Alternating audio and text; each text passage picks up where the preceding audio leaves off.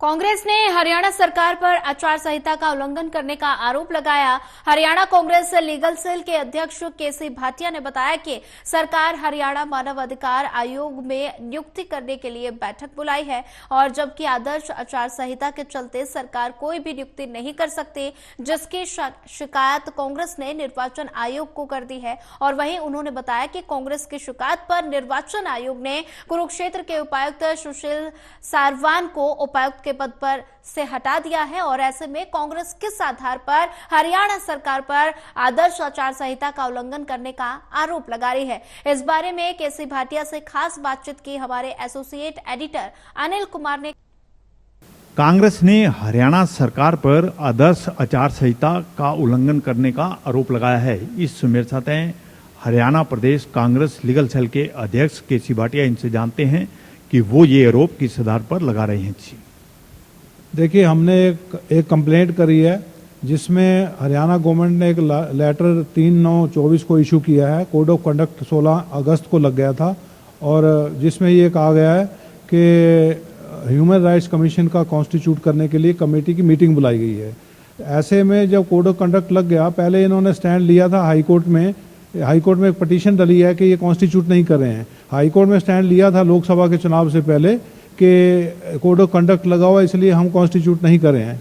और अब इन्होंने जब 16 अगस्त को जब कोड ऑफ कंडक्ट लग गया, अब इन्होंने 3/9 को चिट्ठी जो जारी करी है वो बिल्कुल गलत है, वो कोड ऑफ कंडक्ट का वायलेशन है और हमने कंप्लेंट करी है इस मीटिंग को कैंसिल किया जाए और कोड ऑफ कंडक्ट के दौरान ये ऐसी मीटिंग ना बुलाई जाए, ऐसा कोई अपॉइंटमेंट ना की जाए। भाटिया जी, आपने इससे पहले भी कई शिकायतें की थी, उन शिकायतों का निर्वाचन आयोग ने क्या फैसला लिया है? देखिए, हमने एक कंप्लेंट दायर की थी जिसमें कुरुक्षेत्र के डीसी को हटाने के लिए कहा गया था, क्योंकि कुरुक्षेत्र का डीसी जो था